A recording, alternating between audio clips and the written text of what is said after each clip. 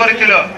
তার ধারাবাহিকতায় দেশ নায়ক তারেক রহমানের দিক নির্দেশনায় কেন্দ্রীয় সভাপতি এস.এম. জিলানী, সাধারণ সম্পাদক রাজীব আহসান এর দূর দূরান্ত থেকে কষ্ট করে সেই সুদূর রেবরপাড়া, আমতলী, কলারজিরি, বাবুপাড়া, কুরুপপাতা বাস টার্মিনাল সহ যারা আমার মা বোন থেকে শুরু করে অত্র এলাকার সকল নেতৃবৃন্দ আমাদের এই সুন্দর সফল দিয়েছেন, তার জন্য বাংলাদেশ জাতীয়তাবাদী স্বেচ্ছাসেবক দল আলীকদম থানা শাখার পক্ষ থেকে সবাইকে সংগ্রামী অভিনন্দন।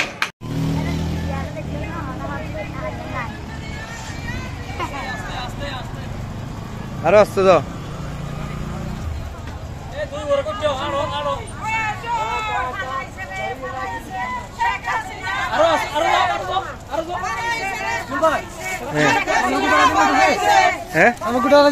না না